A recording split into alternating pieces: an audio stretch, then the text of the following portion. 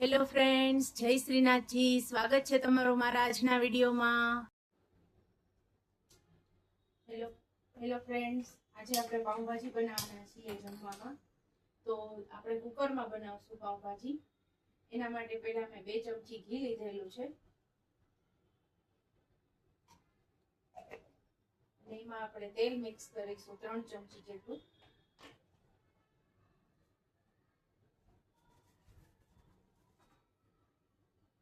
ત્રણ ચમચી જેટલું મેં તેલ મિક્સ કરેલું છે. પાઉંભાજી ઘી તેલ મિક્સ કરવાથી અથવા તો બટર અને તેલ મિક્સ કરવાથી પણ બહુ સારી બને છે.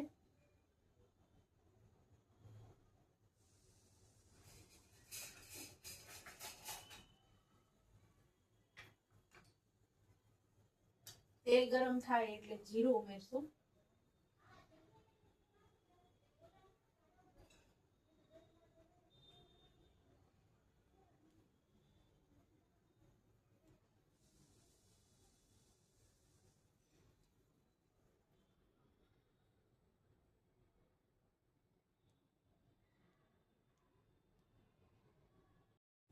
તો આપણે જીરું ગરમ થવા મૂકી દીધું હતું.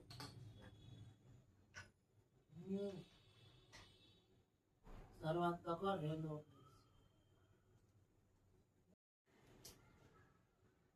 જીરું ગરમ થાય એટલે આપણે હિંગ નાખશું 5 ચમચી. ફ્રેન્ડ્સ, પાઉંભાજીમાં જીરું જ મૂકવાનું હોય, રાઈ ન મૂકવાની હોય. પછી આપણે ડુંગળી નાખી દઈશું.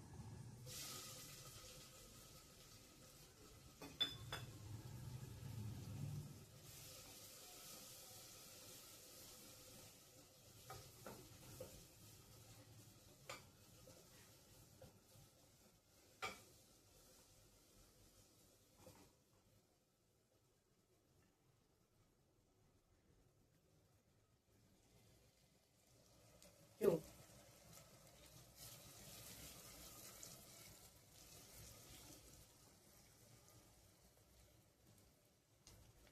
ડુંગળી થઈ જાય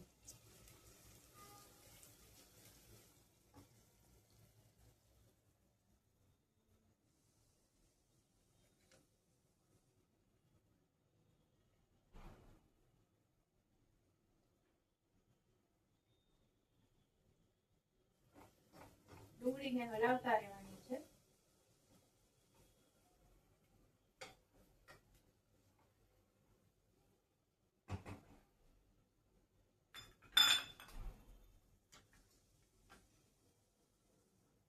ડુંગળી થઈ જાય એટલે આપણે ટમેટા નાખશું.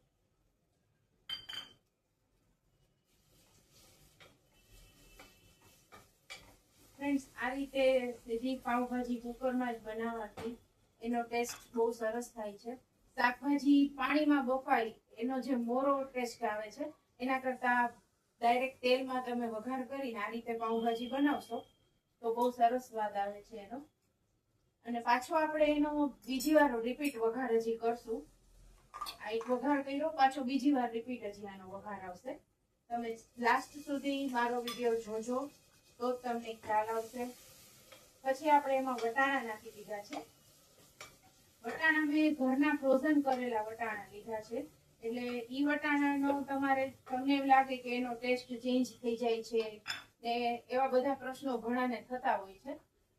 બરોબર, તો એના માટે તમારે મીઠું અને ખાંડ નાખીને વટાણાને પાણીમાં બાફી લેવાના છે.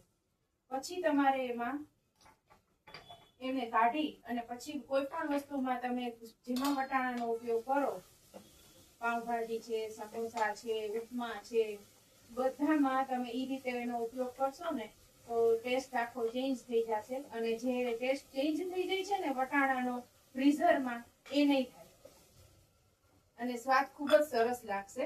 મેં એમાં જરૂર પૂરતું મીઠું નાખી દીધું છે કે જેથી કરીને આપણી ડુંગળી ટમેટા સરસ રીતે ચડી જાય છે એનાથી. હવે આપણે એને ધીમા ગેસે થોડી વાર કૂક થવા દેશું. 2 મિનિટ આપણે ઉપરનું ઢાંકણ સીટી નહીં વગાડી, પણ આ રીતે ખાલી ઢાંકી દઈશું. પેક નહીં કરવાનું, ખાલી આમ અડાડીને ઢાંકી રાખવાનું છે. જુઓ ફ્રેન્ડ્સ, આપણે 2 મિનિટ માટે કુકરને ઢાંકી રાખ્યું હતું તો આપણા ટમેટા અને ડુંગળી ને બધું છે ને સોફ્ટ થઈ ગયું છે. આ એકદમ સોફ્ટ થઈ જાય છે આનાથી.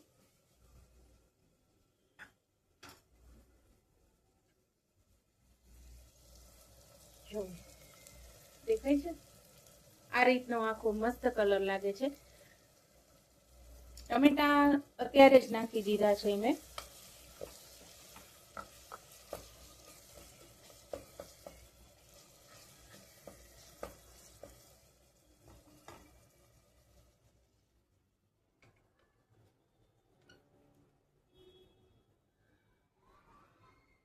હવે આપણે એમાં બધા શાકભાજી નાખશું. એમાં મેં બટેટા, ફ્લાવર, દૂધી નાખેલી છે. દૂધીથી પાઉંભાજી બહુ જ સરસ બને છે. આપણને એમ લાગે કે દૂધી પાઉંભાજીમાં થોડી હોય, પણ પાઉંભાજીમાં તમે એક વખત દૂધી નાખી જોજો, ટેસ્ટ બહુ જ સરસ આવે છે ફ્રેન્ડ્સ.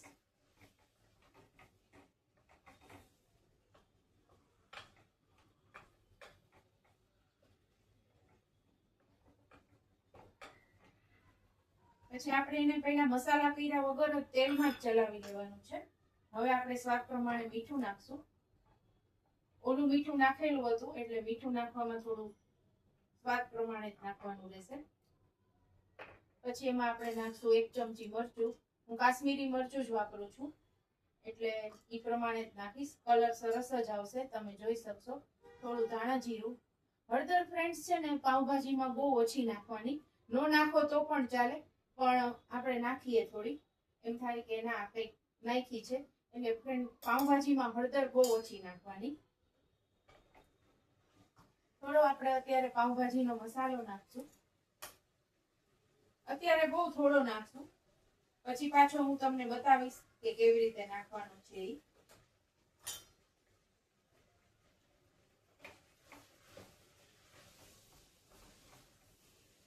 જુઓ ફ્રેન્ડ્સ, દેખાય છે?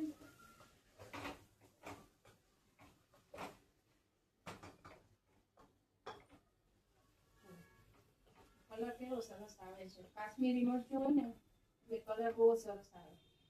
હળદર નાખવાની જ નથી. હળદર તમે નો નાખો તોય ચાલે, અને સેજ એવી જ નાખવાની છે. હળદર જાજી નાખવાની નથી. હળદરથી પાઉંભાજીના કલરમાં ફેર પડી જશે. હજી તમારે આમાં કલર જોતો હોય ને તો તમે બીટ અડધું નાખી શકો તો બહુ સરસ એકદમ બજાર જેવો જ કલર આવે છે. પણ આજે મેં બીટ નથી નાખ્યું. દૂધી હોવાથી પાણીનું પ્રમાણ થોડું ઓછું રાખશું. અને હવે આપણે ગેસ બંધ કરી અને 2 સીટી ફાસ્ટ ગેસે અને 2 સીટી ધીમા ગેસે વગાડશું. આપણી ભાજી જ્યાં સીટી વાગે છે ત્યાં સુધીમાં હું તમને એક ચટણી બનાવીને બતાવું છું. એ ચટણી તમે પાઉંભાજીમાં બીજી વખતના વઘારમાં આપણે એડ કરીશું. તમે જોજો કલર કેવો આવે છે અને કેટલો સરસ ટેસ્ટ પણ આવે છે. આ રીતે એક વખત તમે પાઉંભાજી બનાવી જોજો. હવે એમાં મેં 1 ટમેટું લીધું છે. એમાં વઘારમાં તો આપણે ટમેટું નાખ્યું જ છે, પણ આ પાછું આપણે 1 ટમેટું લેશું. એમાં સૂકા પલાળેલા 5 મરચાં લીધા છે, 4 થી 5 નંગ. લસણ લીધું છે 8 થી 10 કળી.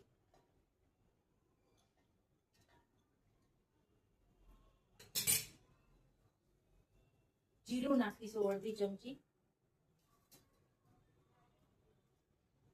ધાણા જીરું થોડુંક નાખશું. લાલ મરચું નાખશું અડધું ચમચી. પાઉંભાજીનો મસાલો આપણે નાખશું અડધી ચમચી.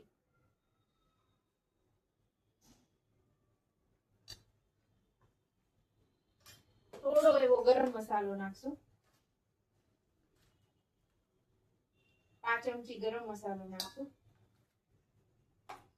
અને આ બધામાં ફ્રેન્ડ્સ આપણે થોડુંક પાણી નાખી અને એની ચટણી બનાવી લેશું, એને ક્રશ કરી લેશું. ફ્રેન્ડ્સ, તો આપણી ચટણી આવી રીતના તૈયાર થઈ છે, જોઈ શકો છો તમે. આને આપણે વઘારમાં નાખશું એટલે તમે ટ્રાય કરી જોજો આ રીતે બનાવવાની. આમાં આપણે બધા મસાલા પાછા મિક્સ કરી દીધા છે એટલે તેલમાં મિક્સ થશે ને એટલે આનો ટેસ્ટ ખૂબ જ સરસ આવે છે. અને આ રીતે વઘાર કરી અને તમે એક વખત મારી રીતે પાઉંભાજી બનાવી જોજો અને પછી મને કોમેન્ટ કરજો કે તમારી ભાજી કેવી બને છે. ફ્રેન્ડ્સ, તો છે ને આપણે પાઉંભાજી સાથે આથેલા લીંબુની એક મસ્ત મજાની ચટણી બનાવવાની છે. એમાં હું તમને ધાણા જીરું, 2 મેં લીંબુ લીધા છે, આથેલા લીંબુ લીધા છે, 1.5 થી 2 લીંબુ છે. આવી રીતે આપણે વરસના આથતા હોઈએ છે ને એ જ લીંબુ છે, એને મેં લીધા છે, એને મેશ કરી લીધા છે થોડા કચરા. આ ચટણી પાઉંભાજી સાથે બહુ જ ટેસ્ટી લાગે છે. એમાં આપણે થોડું ધાણા જીરું, થોડું મરચું અને આપણે આ લસણની ચટણી છે એક ઈ નાખવાની છે, લાલ મરચાની તીખી ચટણી છે. તમને જેવું તીખું ખાતા હો એ પ્રમાણે નાખી શકો છો. તો મેં ઈ મિક્સ કરવાની છે આપણે અંદર, એકદમ બરાબર મિક્સ કરી લેવાની છે. આ ચટણી આ લીંબુ લસણ વાળું પાઉંભાજી સાથે બહુ ટેસ્ટ લાગે છે અને લીંબુ ખાવાથી આપણને પાચનમાં પણ સારું રહે છે. બરાબર, એટલે આપણે આ એક ચટણી બનાવી છે. હવે એનો આપણે વઘાર કરશું. એમાં તેલ નાખશું ગરમ, 1 ચમચી જેટલું.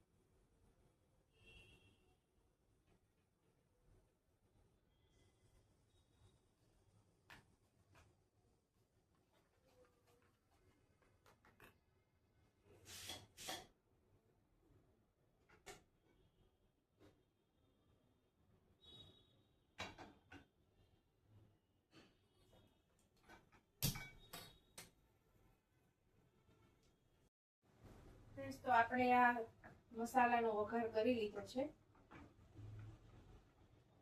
પાવભાજીના. ઓલી જે પ્યુરી બનાવેલી હતી એ જ મેં નાખી છે.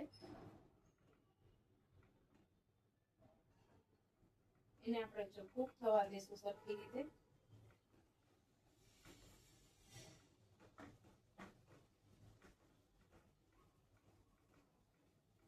એમાંથી તેલ નીકળે ને ત્યાં સુધી કૂક થવા દેશું.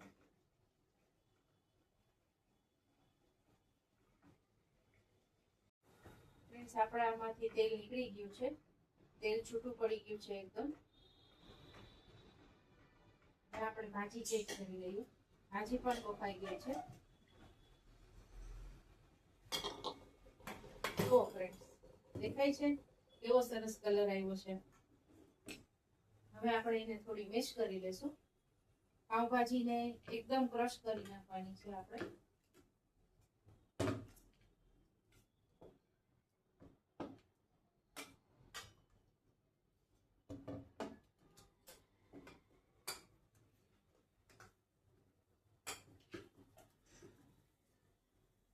એકદમ રેસ્ટોરન્ટ સ્ટાઇલ આ તમારું પાવભાજી બનશે.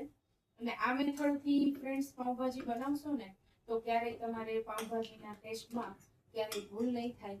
તમે કોમેન્ટ કરીને મને કહેજો કે તમે મારી પાવભાજી બનાવી કેવી લાગી.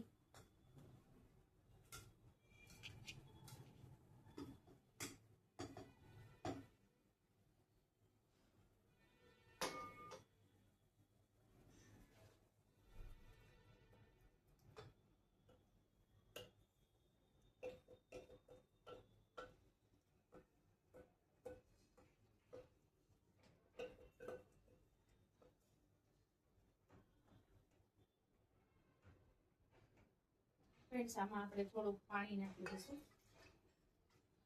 હલાવી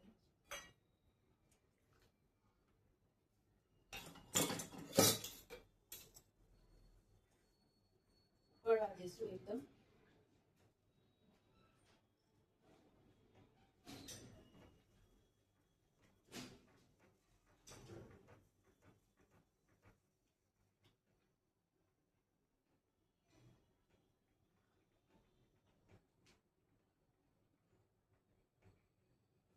ભાજીને એકદમ ઉકળવા દેવાની છે. જો ફ્રેન્ડ્સ આપણી પાઉંભાજીનો કલર કેવો લાગે છે. તેલ નીકળે છે ને બહાર, છૂટ્યું છે ને. મેં તમને કીધું હતું ને તેલ બહાર નીકળશે અને પાઉંભાજી એકદમ સરસ ટેસ્ટી થાય છે. આમાં તમને ખટાશ ઓછી લાગતી હોય તો તમે એમાં આમચૂર પાવડરનો પણ ઉપયોગ કરી શકો છો. અત્યારે લીંબુ ઉનાળામાં બહુ મોંઘા હોય છે. જો લીંબુ ન નાખવું હોય તો આમાં આમચૂર પાવડર નાખવાથી પણ પાઉંભાજીનો ટેસ્ટ બહુ સરસ થાય છે. હવે આપણે એમાં કોથમીર ઉપર નાખી દઈશું.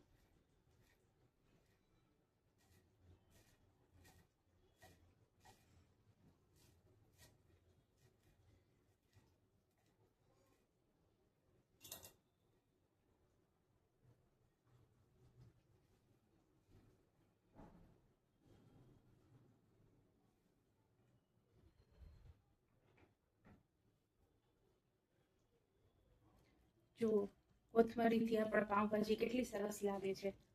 તો ફ્રેન્ડ્સ આ રીતે એક વખત પાઉંભાજી બનાવી જોજો અને મારી ચેનલને સબસ્ક્રાઇબ કરી, લાઈક કરી અને શેર કરજો. જય શ્રીનાથજી.